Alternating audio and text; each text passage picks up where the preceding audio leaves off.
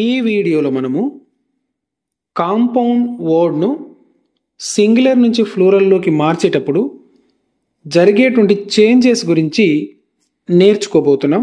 అది ఎలానో ఇప్పుడు చూద్దాం. We should write plural to the primary or main word.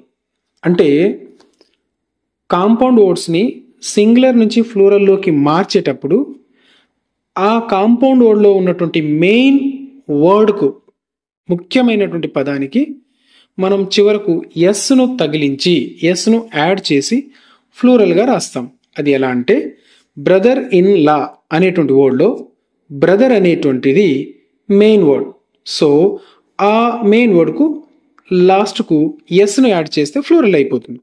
For example brother in లాను బ్రదర్స్ ఇన్ లా అని రాస్తాం. కానీ బ్రదర్ ఇన్ లాస్ అని కూడా అని రాయకూడదు. బ్రదర్ ఇన్ లాస్ అని రాయకూడదు. అంటే లాకు ఎస్ను యాడ్ చేసి ఫ్లూరల్ చేయకూడదు. అదేవిధంగా సిస్టర్ ఇన్ లా అనేటువంటి వర్డ్ను మనం ఫ్లూరల్ రాసేటప్పుడు సిస్టర్ ఇన్ లాస్ అని రాయకూడదు. Sisters in law. ఎందుకంటే అందులో సిస్టర్ అనేటువంటిది main word. Step brother, step brothers. Commander in chief, commanders in chief. Passer by, passers by. Spoonful, spoonfuls. Handful, handfuls. So ఈ విధంగా మనము ఇచ్చినటువంటి compound వర్డ్స్లో ఏదైతే మెయిన్ వర్డ్ ఉంటుందో ఆ మెయిన్ వర్డ్కు చివరకు ఎస్ను యాడ్ చేసి ఆ వర్డ్ని ఫ్లూరల్గా మారుస్తాం. ఇది ఇక్కడ మనం నేర్చుకున్నటువంటి అంశం. ఇంకొకటి చూద్దాం. However, there are certain words that take plural in both parts of the compound word. Okay, ఇక్కడ ఏమంటున్నాడంటే కొన్ని పదాలు ఉంటాయి, కొన్ని కాంపౌండ్ వర్డ్స్ ఉంటాయి. అవి ఎలా అంటే రెండిటిని టూ వర్డ్స్ని కూడా మనము ఫ్లూరల్ చేస్తేనే ఆ వర్డ్ ఫ్లూరల్ అవుతుంది. ఇంతకుముందు ఏం నేర్చుకున్నాము? మెయిన్ వర్డ్కు లాస్ట్కు ఎస్ను యాడ్ చేస్తే ఫ్లూరల్ అవుతుందని నేర్చుకున్నాం. కానీ ఇక్కడ మాత్రం దానికి ఆపోజిట్గా ఎలా అంటే ఇచ్చినటువంటి కాంపౌండ్ వర్డ్లో రెండిటిని ఫ్లూరల్గా మారిస్తేనే ఆ వర్డ్ కరెక్ట్ అవుతుంది. అది ఎలా అంటే మ్యాన్ సర్వెంట్, దాన్ని ఫ్లూరల్గా రాసేటప్పుడు మెన్ సర్వెంట్స్. మ్యాన్ను మెన్గా ఫ్లూరల్ చేసాము, సర్వెంట్ను సర్వెంట్స్గా ఫ్లూరల్ చేసాము. So man servant, men servants.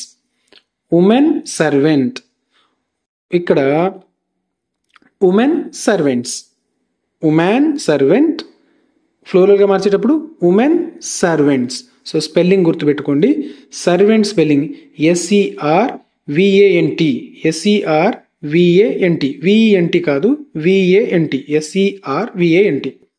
Man teacher, men teachers. Lord justice, lords justices. So ఈ విధంగా అంటే ఇక్కడ నేర్చుకున్న రూల్ ఏంటిదంటే కొన్ని సందర్భాలలో కాంపౌండ్ వర్డ్ని ఫ్లూరల్గా మార్చేటప్పుడు రెండు వర్డ్స్ని, బోత్ టూ వర్డ్స్ని మనము ఫ్లూరల్లోకి మారిస్తేనే అవి కరెక్ట్ అవుతాయి. సర్టెన్ వర్డ్స్ అవి. ఆ సర్టెన్ వర్డ్స్ని కంపల్సరీ మనం గుర్తుపెట్టుకోవాల్సిందే. తర్వాత ఇంకో రూల్లోకి వెళ్దాం.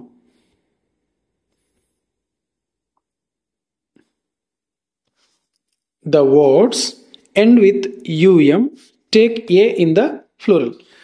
ఏ పదాలైతే UM తోటి ఎండ్ అవుతాయో ఆ పదాలను మనం ఫ్లూరల్లోకి మార్చేటప్పుడు UMను తీసివేసి ఏ రాస్తే అది ఫ్లూరల్గా అయిపోతుంది. For example stadium, STADIUM. ఇందులో UMను తీసేసి ఏ రాస్తే ఫ్లూరల్ అయిపోతుంది, stadia. Podium, podia. Datum, data. Medium, media. Bacterium, bacteria. Ovum, ova. Agendum, agenda. Memorandum, memoranda. Okay, so ఈ విధంగా అంటే కొన్ని వర్డ్స్ ఏవైతే UMతో ఎండ్ అవుతాయో అటువంటి పదాలకు UMను రిమూవ్ చేసి, అంటే ఫ్లూరల్గా మార్చాలి అనుకున్నప్పుడు UMను రిమూవ్ చేసి ఏను యాడ్ చేస్తే ఆ వర్డ్స్ అనేటువంటివి సింగులర్ నుంచి ఫ్లూరల్లోకి మారిపోతాయి. సో ఇవి దీనికి సంబంధించినవి. ఇప్పుడు ఇంకొక రూల్లోకి వెళ్దాం. గ్రీక్ వర్డ్స్ ఇక్కడ ఇచ్చాను కొన్ని. The words end with IS take ES in the plural. ఏ పదాలైతే, కొన్ని పదాలు ఐఎస్ తోటి ఎండ్ అవుతాయి, వాటిని ఫ్లోరల్లోకి మార్చేటప్పుడు ఈఎస్ యాడ్ చేస్తే చాలు. ఫర్ ఎగ్జాంపుల్ బేసిస్, ఇక్కడ ఐఎస్ తోటి ఎండ్ అయింది, సో దాన్ని ఫ్లోరల్లోకి మార్చేటప్పుడు ES, bases. Oasis, oases. Thesis, theses. Parenthesis, parentheses. Crisis, crises. Next hypothesis, hypotheses. So ఈ విధంగా ఈఎస్తో ఎండ్ అయ్యే పదాలకు ఫ్లోరల్లోకి మార్చేటప్పుడు ఈఎస్ యాడ్ చేస్తే సరిపోతుంది. ఓకే, ఐఎస్తో ఎండ్ అయ్యేటువంటి పదాలకు ఈఎస్ను యాడ్ చేస్తే ఆ పదాలు సింగులర్ నుంచి ఫ్లూరల్లోకి మారిపోతాయి, గుర్తుపెట్టుకోండి. దీని తర్వాత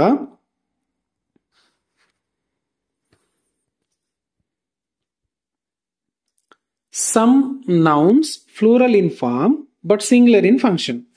కొన్ని నౌన్స్, కొన్ని నామవాచకాలు ఫ్లూరల్ ఇన్ ఫార్మ్, ఫ్లూరల్లో ఉంటాయి, ఫ్లూరల్ రూపంలో ఉంటాయి, బట్ వాటిని మనము సింగులర్గానే తీసుకోవాలి. అంటే అవి ఫంక్షనింగ్లో మాత్రం సింగులర్గా ఉంటాయి. అవి ఎలానో ఇక్కడ ఇచ్చినటువంటి ఎగ్జాంపుల్స్ను చూస్తే మీకు క్లియర్గా అర్థమవుతుంది. ఈ క్రింది ఉన్న పదాలు బహువచనాలుగా కనబడినప్పటికీ, ఇక్కడ ఇచ్చినటువంటి పదాలు బహువచనాలుగా కనబడినప్పటికీ వీటి తర్వాత వచ్చే వర్బ్ ఏకవచనంగా ఉంటుంది. గుర్తుపెట్టుకోండి, ఇక్కడ ఇచ్చిన పదాలు బహువచనంగా, ఫ్లోరల్గా మనకు కనిపిస్తాయి, కానీ వాటి తర్వాత మనము ఏకవచనం హెల్పింగ్ వర్బ్ను మాత్రమే ఉపయోగించాలి. ఫర్ ఎగ్జాంపుల్ సబ్జెక్ట్స్ అయితే mathematics, physics, economics, politics, statistics, genetics, ethics. So ఇవి, అండ్ సివిక్స్ ఆల్సో. సో ఇక్కడ గమనించండి, మ్యాథమెటిక్స్ ఆర్ అనొద్దు, mathematics is, physics is, economics is, politics is, statistics is, genetics is, ethics is, civics is. So ఈ విధంగా ఇవి మనకు కనిపించడానికి, అంటే లాస్ట్కు ఎస్ ఉంటుంది కాబట్టి అవి మనకు ఫ్లోరల్గా కనిపిస్తాయి, కానీ వాటిని రాసేటప్పుడు అవి సింగులర్ హెల్పింగ్ వర్బ్నే తీసుకుంటాయి. తర్వాత గేమ్స్ విషయంలో అయితేనేమో billiards is, tennis is, dots is. So ఈ విధంగా. ఇంకా డిసీజెస్, డిసీజెస్ స్పెల్లింగ్స్ గుర్తుపెట్టుకోండి. Spelling డిఐఎస్ఈఏఎస్ఈ, disease, డిఐఎస్ఈఏఎస్ఈ. Okay, so disease చూడండి, డయాబెటిస్, మెజిల్స్, మమ్స్, ర్యాబిస్. సో వీటి తర్వాత మనం సింగులర్ హెల్పింగ్ వర్బ్నే ఉపయోగించాలి. ఓకే, నెక్స్ట్ ఇక్కడ ఇచ్చిన చూడండి, డయాబెటిస్ ఈజ్, ఇక్కడ ఈజ్ ఉపయోగించింది. Diabetes is very common in old age people. Tennis is an interesting game, is ఉపయోగించాడు, గమనించారా? నెక్స్ట్ దాని తర్వాత mathematics is a difficult subject. So వీటి తర్వాత ఏ హెల్పింగ్ వర్బ్ను ఉపయోగించడం జరిగింది? సింగులర్ హెల్పింగ్ వర్బ్నే ఉపయోగించడం జరిగింది. సో ఈ పదాలను మనము సింగులర్గానే కన్సిడర్ చేయాలి, కానీ అవి కనబడడానికి ఎలా కనిపిస్తాయి, మనం కన్ఫ్యూజ్ చేయడానికి ఫ్లూరల్గా ఉంటాయి. So next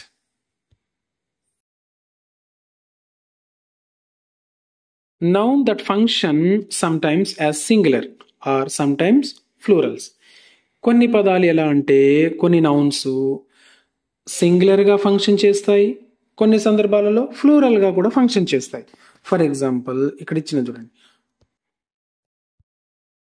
dozen, 100, 1000, million, billion. ఇవి కొన్నిసార్లు సింగులర్గా ఫంక్షన్ చేస్తాయి, కొన్నిసార్లు ఫ్లూరల్గా కూడా ఫంక్షన్ చేస్తాయి. పైన ఇచ్చిన పదాల ముందు అది ఎలా అంటే ఒకసారి చూడండి, పైన ఇచ్చిన పదాలకు ముందు ఏదైనా సంఖ్య ఉంటే, అంటే 1 కానీ 2 కానీ ఆ విధంగా సంఖ్య ఉంటే అవి ఏకవచనంగా రాయాలి. For example 100, 100. ఓకే, 200 ఉన్నాయనుకోండి, 200 అనే వాడాలి. అక్కడ లాస్ట్కు దాన్ని ఫ్లూరల్ చేయడం కోసం ఎస్ ఉపయోగించకూడదు. అంటే 200ని 200s అని చెప్పకూడదు. ఓకే, ఒకవేళ సంఖ్య లేని ఎడల, ఒకవేళ దాని ముందు 1 2 3 అలా లేని ఎడల వాటిని బహువచనంగా వ్రాయొచ్చు. అప్పుడు మాత్రమే అవి ఫ్లూరల్ ఫంక్షనింగ్ చేస్తాయి, అంటే బహువచనంగా వ్రాయవచ్చు. ఈ క్రింద ఉన్న ఉదాహరణలను ఒకసారి గమనిద్దాం. చూడండి, ఐ నీడ్ 5,000. 5,000 అంటలేము, I need 5,000 rupees. I need 5,000 rupees. Next ఇక్కడ 1000నే స్పెషల్గా చెప్పినాం కాబట్టి thousands of rupees were wasted for unnecessary things. So ఇటువంటి సందర్భాల్లో మనము ఎస్ను యాడ్ చేయవచ్చు. కానీ వాటి ముందు నంబర్ గనక ఉన్నట్లయితే అప్పుడు మనము ఎస్ను యాడ్ చేయకూడదు. ఓకే, మనం బ్యాంకులో అమౌంట్ డ్రా చేసేటప్పుడు కూడా, లేదంటే చెక్ మీద రాసేటప్పుడు కూడా ఏం రాస్తాము? 2 lakh అనుకోండి, 2 lakhs అని రాస్తాం. అలా కాకుండా 2 lakh, right? Millions of dollars were spent to find Covid vaccine. So ఈ విధంగా ఒకే నౌను కొన్నిసార్లు సింగులర్ గాను, కొన్నిసార్లు ఫ్లూరల్ గాను ఫంక్షన్ చేస్తాయి. వాటిని మనము జాగ్రత్తగా అబ్జర్వ్ చేసుకోవాలి. అంటే వాటి ముందు నేర్చుకున్న రూల్ ఏంటిది? వాటి ముందు నంబర్ కనుక ఉన్నట్లయితే అది సింగులర్గా, అంటే 1000 గానే ఉంటుంది. 1000 గాను, 100 గాను ఆ విధంగా రాయాలి. నెంబర్ లేకపోతే thousands గాను, hundreds గాను ఫ్లూరల్లోకి మనము రాయవచ్చు.